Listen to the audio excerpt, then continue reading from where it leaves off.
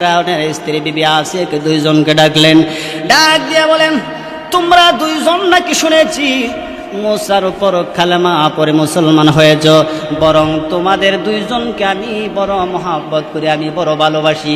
বলো তোমরা এক আল্লাহর প্রতি কুফরির ঘোষণা দাও, আর আমি ফেরাউনের পায়ে সেজদা করে দাও, আমি তোমাদের সব অপরাধ আমি মাফ করে দেব। বিবি আসিয়া এবং দাসী জবাব দিলেন, ফেরাউন তুমি জানো না আমরা এমন এক আল্লাহর প্রতি ঈমান এনেছি, আমাদের জীবন যাবে কিন্তু কোনোদিন ঈমান ছেড়ে দিতে পারি না। এই কথা বলতেই শাস্তির কার্যক্রম শুরু হয়ে গেলেন। ফেরাউন বললেন, ঠিক আছে, তাহলে তোমাদের ঈমানের কত পাওয়ার এটা আমি দেখতে চাই। তোমরা ঈমানের পরীক্ষা দিবা নাকি? পরীক্ষার কতটুকু পাওয়ার এটা তোমাদেরকে দেখতে চাই। সঙ্গে সঙ্গে এই রাষ্ট্রের মধ্যে যারা আছে সবাইকে বলো, একটা কড়াই এনে মানে পাতিল এনে, পাতিলটা বিশাল আকৃতি বড় হবে, এই পাতিলটার মধ্যে জ্বলন্ত আগুনের মধ্যে পাতিলটা বসায়া গরম তেল গরম করতে দেখো। এই গরম তেলের মধ্যে যখন তেল গরম করা হলো, পাতিলের মধ্যে যখন তেল কড়াইয়ের মধ্যে গরম করা হলো, সঙ্গে সঙ্গে এমন সময় দাসীর সন্তানটা ফেরাউন মায়ের কুল দেখে যখন খুলে নেই। আপনারা বলেন, যখন এমন পৃথিবীর এমন কোনো মা নাই, যখন নিজের সন্তানটাকে যখন মারার জন্য যখন জীবন্ত সন্তানটাকে কুল থেকে যখন কেড়ে নেই, কিন্তু আল্লাহওয়ালা বান্দিরা সন্তান কেড়ে নেই, কিন্তু কোনোদিন তারা চিৎকার বেড়ে কাঁদে নেই। সন্তানটাকে ফেরাউন নিলেন, নিয়ে বললেন, ও দাসী, একবার মাত্র আমি ফেরাউনকে আল্লাহ বলে স্বীকার করো, ফেরাউনের পায়ে সেজদা দাও, দেখো তোমার ফুটফুটে সন্তানটাকে আমি এই মুহূর্তের জন্য ছেড়ে দেব। দাসী ডাক দিয়া বলে, ফেরাউন আমার সন্তান দেখে তুই আমার ঈমান নষ্ট করতে পারবি না, কারণ আমার সন্তান যাবে কিন্তু আমার মাঝে যার অন্তর থেকে আল্লাহর ভালোবাসা দূর করতে পারবি না। সঙ্গে সঙ্গে দেরি করে নাই, কুলের সন্তানটাকে মায়ের চোখের সামনে সন্তানটাকে এই ফুটন্ত ঠকবগে তেলের মধ্যে সন্তানটাকে যখন ফেলে দেয়, মা যখন অদর নয়নে তাকায়া যখন সন্তানের দিকে তাকায়া থাকে, সন্তান তেলের মধ্যে পড়ার সঙ্গে সঙ্গে মারে সালাম দিয়া বলে, মারে হতাশা হবে না, তোমার চোখে দেখতেছো তোমার সন্তান এই প্রচন্ড গরম উত্তপ্ত তেলের মধ্যে পুরে বোনা হইতেছে, কিন্তু মা তোমারে বুঝাইতে পারবো না, এটা তোমার চোখে তেল দেখতে পারো, তামাম পৃথিবীর মানুষ এটাকে তেল দেখতে পারে, কিন্তু আমাকে যখন ফেরাউন ওই তেলের মধ্যে ফেলে দেওয়ার সঙ্গে সঙ্গে এটা আমি তেল দেখি নাই, বরং আমার আল্লাহ আমার জন্য একটা জান্নাতের বাগান বানায় দিয়েছে। শিক্ষার মেনে আল্লাহু আকবার। এই ছোট্ট সন্তান মাকে উৎসাহ দিলেন, তখন এই দাসীর ঈমান তো আরো মজবুত হয়ে গেছে। শিক্ষার মেনে আল্লাহু আকবার। দাসীর ঈমান আরো মজবুত হয়ে গেছে। ফেরাউন বলতেছে, ও মাজেদা, তুমি কি দেখছো তোমার সন্তানটাকে ফেলাইয়া দিছি, এবার তুমি ঈমান আন, এবার তুমি বলো আল্লাহকে বিশ্বাস করি না। মাজেদা বলেন, ফেরাউন তুমি দেখেছো আমার সন্তান উত্তপ্ত তেলের মধ্যে দিয়েছো, কিন্তু আমার সন্তান আমাকে ইশারা করে বোঝাইয়া দিয়েছে যেন আমি ঈমান হারা না হই, এটা কোনো আগুন নয়, এটা কোনো শাস্তি নয়, বরং এটাই আমার আল্লাহ আমার জন্য জান্নাতের বাগান বানিয়েছে। সঙ্গে সঙ্গে মাজেদার প্রতি তিক্ত হয়ে ফেরাউন এই মাজেদাকে আগুনের মধ্যে ফেলবে। এমন সময় মাজেদা বলে, কোনো টেনশন নাই, কোনো টেনশন করবে না, কারণ কোরআনুল কারীমে আল্লাহ তাআলা নিজেই, কোরআনুল কারীমে এই দৃশ্যটা আল্লাহ তাআলা কোরআনুল কারীমে নিজেই আল্লাহ তাআলা বলছেন, তাতানাজ্জালু আলাইহিমুল মালাইকাতু আল্লা তাখাফু ওয়া লা তাহজানু ওয়া আবশিরু বিল জান্নাতিল্লাতী কুনতুম তুআদুন।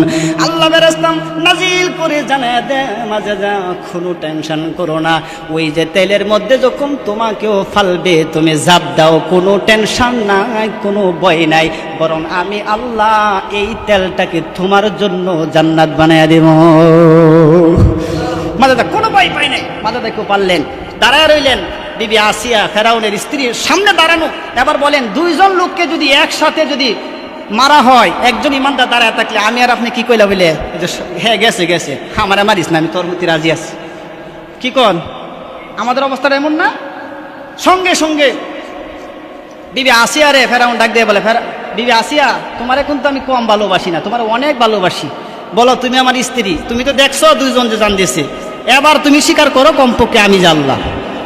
বিবি আসিয়া সঙ্গে সঙ্গে বললেন, ফেরাউন এই দুইজনকে আমার সঙ্গে জীবন দিয়েছে, আমি নিজ চোখে প্রদর্শন করে দেখেছি, প্র্যাকটিক্যাল আমি নিজ চোখে দেখেছি, কিন্তু ফেরাউন তুমি জেনে রাখো আমি আসিয়ার জীবনটাও বিলীন করে দিতে রাজি, কিন্তু এক সেকেন্ডের জন্য ঈমান থেকে দূরে সরে যাব না। এই কথা বলার সঙ্গে সঙ্গে ফেরাউন এই বেয়াদব তার স্ত্রীকে হাজার হাজার মানুষের সামনে উলঙ্গ করলেন। তাফসিরে কুরতুবীর আলোচনা করছি, তাফসিরে কুরতুবীর মধ্যে পাবেন।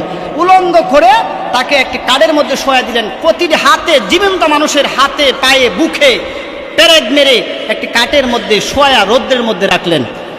রাখার পর ফেরাউনের যিনি সবচেয়ে কাছের লোক ছিলেন উনি পরামর্শ দেন, আপনার স্ত্রী আপনাকে আল্লাহ বলে স্বীকার করবে না, বড় একটা পাথরের খণ্ড নেন, ওই পাথরটা উপর থেকে ছেড়ে দেন আর তাকে জীবন্ত মেরে ফেলেন।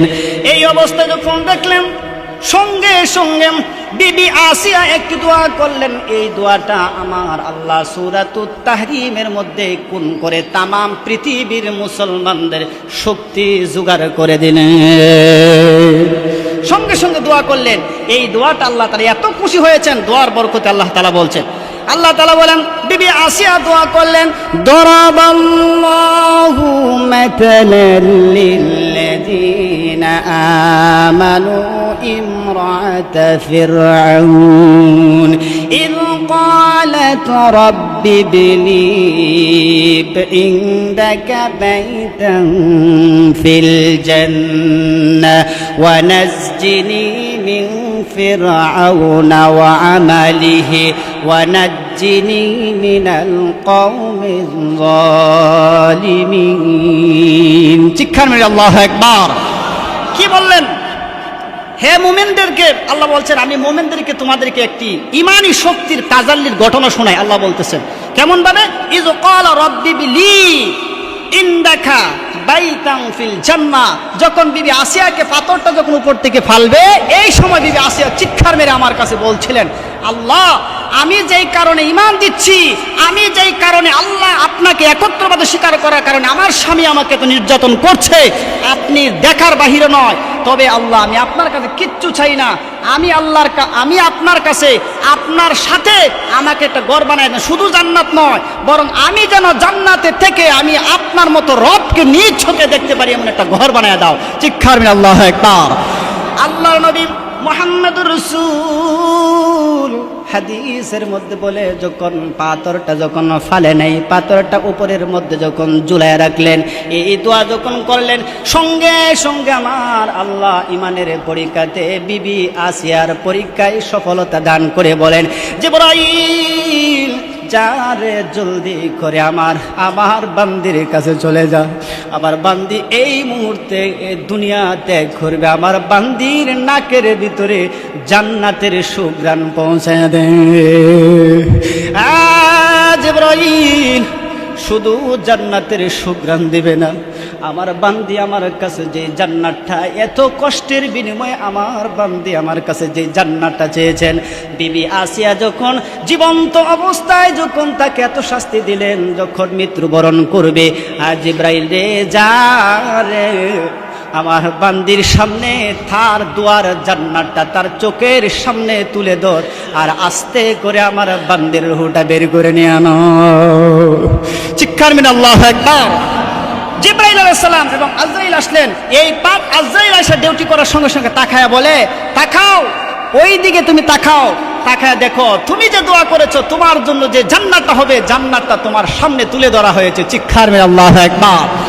সঙ্গে সঙ্গে বিবি আসিয়ার যখন জানটা যখন বের হয়ে যা, বিবি আসিয়া খাদে নাই, বরং হাসতে হাসতে তাকাইতে তাকাইতে বিবি আসিয়া আল্লাহর দরবারে শহীদ হয়ে যা। এই জন্য আল্লাহ তাআলা বলছেন, বান্দারা যখন তুমি ঈমান আনবে, ঈমানের দাওয়াত দিতে গেলেও তোমার বিপদ, ঈমান গ্রহণ করলো বিপদ, তবে তুমি জেনে রাখো আমি আল্লাহ তোমাদেরকে এমন এক জান্নাত দান করব যে জান্নাতের প্রশস্ত হবে। ওই দিনকে বুঝেছিলাম জিবরাইল আমিন ৭০,০০০ বছর জান্নাতে ৬,০০০ নূরের পাখা দিয়ে ডানা মারছিলেন, ৭০,০০০ বছর দৌড়ায় মাত্র জান্নাতে ২টা পিলার পার হয়েছেন।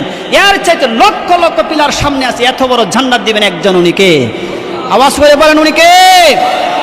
তাহলে বলেন আমরা ঈমান এনেছি, আমরা কি ঠকেছি না জিতেছি? তাহলে আমাদের জীবন যাবে কিন্তু ঈমান থেকে সরে যাব না ইনশাআল্লাহ।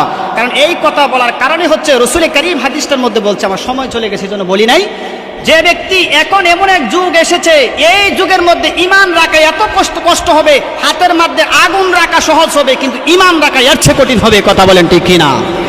আপনারা দেখতেছেন বর্তমান পরিস্থিতির মধ্যে যে নারী কমিশন নামে একটি দাবি করছে, যে নারীরা বলছে যে আমাদের যৌবন আমি যারই ইচ্ছা তাকে দান করব। এটা নিয়ে ইসলাম কেন কথা বলবে? বলে নাউজুবিল্লাহ। এই সময়টা কোন এসেছে? হে যুবক বাবারা, এখন এই সময় যে কালেমার সান্দাবাহী দৃঢ়তার সহিত শহীদের থামান্না নিয়ে এখনো ইমানের শক্তিতে বলিয়ান হয়ে কথা বলো। আজও তোমাদের খুবাইব, খাব্বাব এবং বেলালের মতো তোমাদের জন্য আজও জান্নাতের দরজাগুলো খোলা আছে। কথা বলেন ঠিক কিনা? আল্লাহ তাআলা আমাদেরকে ইমানের শক্তিতে বলিয়ান হয়ে যতদিন বেঁচে থাকি, বিড়ালের মতো ১০০ বছর বেঁচে না থাকে, আমরা সিংহের মতো ১ ঘন্টা বেঁচে থাকবো। কথা বলেন ঠিক কিনা? আমরা এমন ইমান করতে চাই কি চাই না? আল্লাহ তাআলা আমাদের ইমানের শক্তিতে আল্লাহ তাআলা আমাদের ইমানওয়ালা হয়ে যেন পরীক্ষার মধ্যে উত্তীর্ণ হয়ে ভালো এবং সফলতা সহিত যেন জান্নাতে যেতে পারি, ইমানওয়ালা হতে পারি। আল্লাহ তাআলা তৌফিক দান করুন।